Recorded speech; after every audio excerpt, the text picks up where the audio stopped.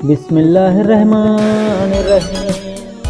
شروع اللہ کے نام سے جو بڑا مہربان اور نہایت ہی رحم کرنے والا ہے۔ ایک نکاح ایسا بھی بات کڑوی ہے مگر آپ کو بتانا بھی ضروری ہے۔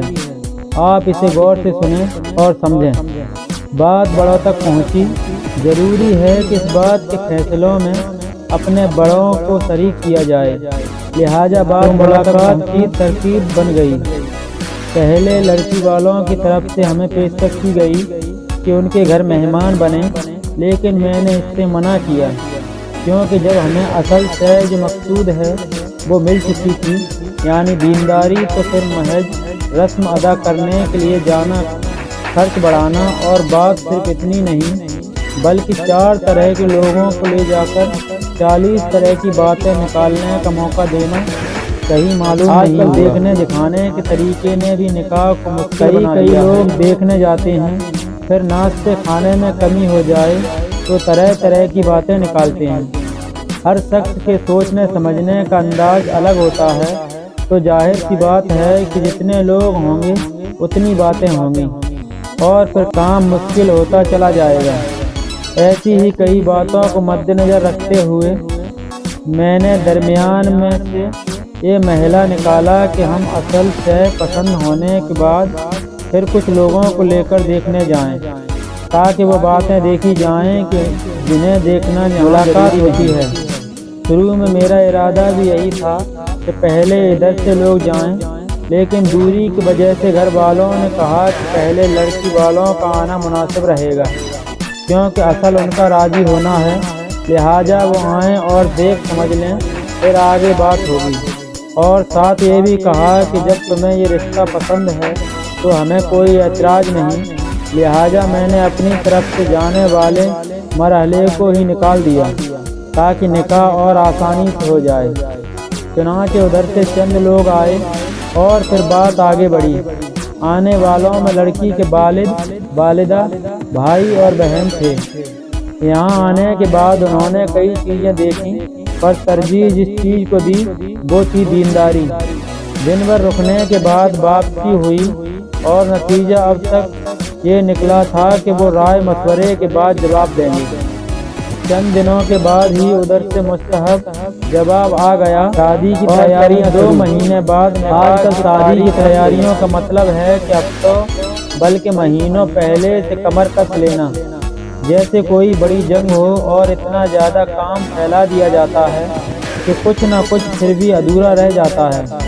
لیکن یہاں ایسا کچھ بھی نہیں تھا، بس ضرورت کی کچھ چیزیں لینی تھیں جو کہ بڑی آسانی سے لے لی گئیں، جن کی تفصیل اب ہم بیان کریں گے، اور ساتھ ہی مقابل میں ان باتوں کو بھی لائیں گے کہ جن سے نکاح مشکل سے مشکل ہو گیا ہے۔ دعوت دینا۔ دعوت دینا اچھی بات ہے، ہم اس سے منع نہیں کرتے، لیکن اس کا بھی کوئی طریقہ ہے، کوئی حد ہے اور کوئی سلیقہ ہے۔ آج کل تو حال یہ ہے کہ غریب سے غریب جس کے پاس 100 لوگوں کو صحیح سے کھلانے کے لیے پیسے نہیں، وہ بھی قرض لے کر 1000 سے زیادہ لوگوں کو دعوت کھلا رہا ہے۔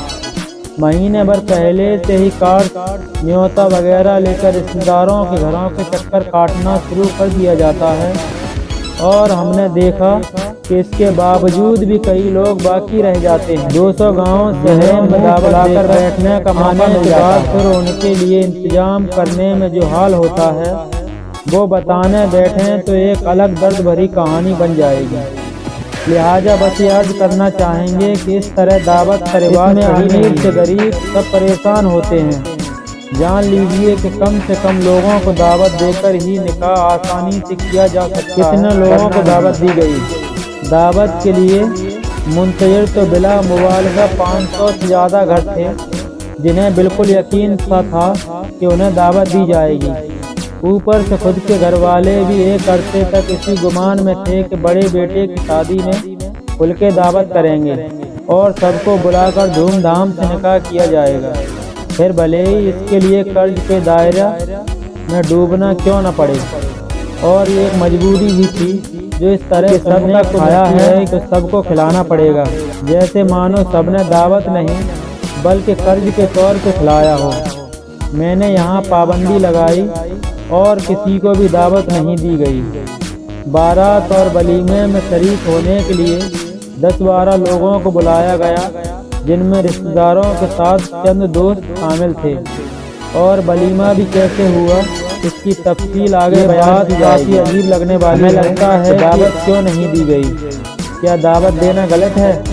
پھر اور بھی کئی طرح کی باتیں اور سوالات ذہن میں آ سکتے ہیں کہ کیا پیسے نہیں تھے؟ کیا پیسے بچائے جا رہے تھے؟ یا کوئی اور وجہ تھی؟ تو آئیے اس پر بھی تھوڑی گفتگو کر لی جائے کہ نکاح میں دعوت دینے کی حیثیت کیا ہے اور اسے لوگوں نے کیا بنا رکھا ہے۔ صحابہ نے نبی کو دعوت روایت ہے کہ حضرت جابر بن عبداللہ رضی اللہ تعالیٰ عنہ بیان کرتے ہیں کہ میں نے رسول اللہ صلی اللہ علیہ وسلم کے عہد میں ایک عورت سے نکاح کیا۔ جب میری ملاقات رسول اللہ سے ہوئی تو آپ نے فرمایا، اے جابر، کیا تم نے شادی کر لی ہے؟ میں نے کہا، آپ نے فرمایا کہ کنواری سے شادی کیوں نہ کی؟ وہ تم سے کھیلتی، تم اس سے کھیلتے۔ میں نے کہا، یا رسول اللہ صلی اللہ علیہ وآلہ وسلم، میری کچھ بہنیں ہیں، مجھے ایک خدشہ ہوا کہ کہیں وہ میری بہنوں کی پرورش اور میرے درمیان حائل نہ جائے۔ آپ نے فرمایا، اگر یہ بات ہے تو ٹھیک ہے، عورت سے اس کی دینداری، اس کے مال اور جمال کی بنا پر نکاح کیا جاتا ہے۔ تمہارے ہاتھ خاک آلود ہو، تم دینداری کو مقدم رکھا کرو۔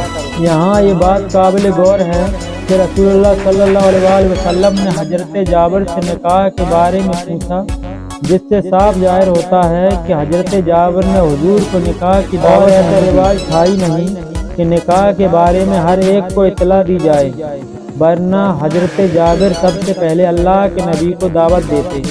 اور پھر یہ بھی دیکھا کہ حضور نے حضرت جابر سے یہ نہیں کہا کہ تم نے نکاح میں مجھے کیوں نہیں بلایا۔ ایسی صرف ایک مثال نہیں، اور بھی ہیں جن سے ظاہر ہوتا ہے دعوت دینے کا طریقہ ایک نیا طریقہ ہے جس سے مشکلیں پیدا ہوئی ہیں۔ آپ نے یہ روایت پڑھ لی، اب ذرا سوچیں کہ اگر آپ اپنی قریبی اساتذہ، اپنے دوستوں، اپنے بھائیوں کو بتائے بنا نکاح کر لیں تو کیا ہوگا؟ ایسا ہی کچھ میرے ساتھ بھی ہوا، اور میرا بیان عبدالرحمن عوف کی شادی میں دعوت۔ ایک اور مثال یہاں حضرت عبدالرحمن بن عوف کی پیش کی جاتی ہے، جو کہ عشرۂ مبشرہ میں سے ہے، اور آپ کا شمار سب سے مالدار صحابہ میں ہوتا ہے۔ آپ کی شادی کے چند دنوں بعد جب آپ بارگاہ رسالت میں آئے تو آپ کے کپڑوں پہ زرد نشانات لگے تھے، جنہیں دیکھ کر حضور نے پوچھا کہ یہ کیسا رنگ ہے؟ آپ نے بتایا کہ یا رسول اللہ، میں نے ایک عورت سے نکاح کر لیا ہے۔ حضور نے پوچھا کہ تم نے مہر کتنا دیا؟ کہا کہ یا رسول اللہ، گٹھلی کے برابر سونا۔ پھر حضور نے فرمایا کہ تم ولیمہ کرو۔ اس روایت سے بھی سمجھ میں آتا ہے کہ نکاح کی تقریب میں سب کو دعوت دینے کا کوئی تصور نہیں، ورنہ حضرت عبدالرحمن بن عوف سب سے پہلے حضور کو دعوت دیتے ہیں۔ اب رہا کہ حضور نے ولیمے کا حکم دیا تو پہلے جان لیجئے کہ ولیمہ کسے کہتے ہیں اور اس کا طریقہ کیا ہے۔ یہ درست نہیں کہ اپنی ایجاد کی ہوئی مشکلوں کو ولیمے کے نام پر چلائیں اور خود کی بنائی ہوئی زحمت کو سنت کا نام دیں۔ ولیمہ کسے کہتے ہیں؟ ولیمہ یعنی شادی کے بعد اپنے رشتہ داروں اور دوستوں کو دعوت دینا، لیکن اس کا یہ مطلب نہیں کہ سب کو بلایا جائے، اور یہ مطلب بھی نہیں کہ کھانا ہی کھلایا جائے، بلکہ ناشتہ کروا دینا بھی سنت کی ادائیگی کے لیے کافی تفصیل بیان کر دی جائے۔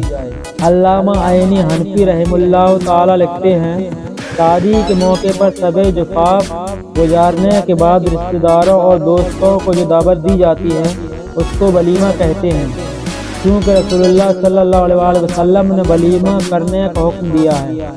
اس لیے بعض فقہا نے اس ظاہر حدیث کے اعتبار سے ولیمے کو واجب کہا ہے، اور اکثر علماء کے نزدیک ولیمہ قلبی میں مذکور ہے کہ امام شافعی نے نزدیک ولیمہ کرنا مستحب ہے، اور ایک قول یہ ہے کہ ولیمہ کرنا واجب ہے۔